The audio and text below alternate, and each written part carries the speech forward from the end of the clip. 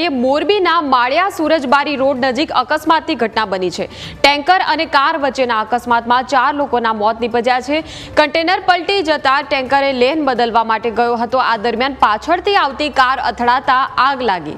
3 વાહનો વચ્ચે અકસ્માત અને આગના આ બનાવમાં ટ્રકના 2 ડ્રાઈવરના મોત નીપજ્યા છે। કારમાં સવાર 2 બાળકોના મોત નીપજ્યા।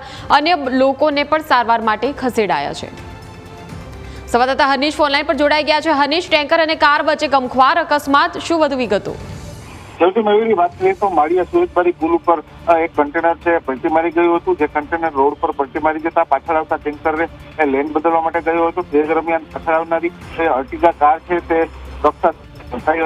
હોય અને આગ લાગી હોવાની પ્રાથમિક માહિતી મળી રહી છે। ટ્રકના 2 ડ્રાઈવર અને કારમાં સવાર 2 બાળકોના ઘટનામાં મોત થયા છે।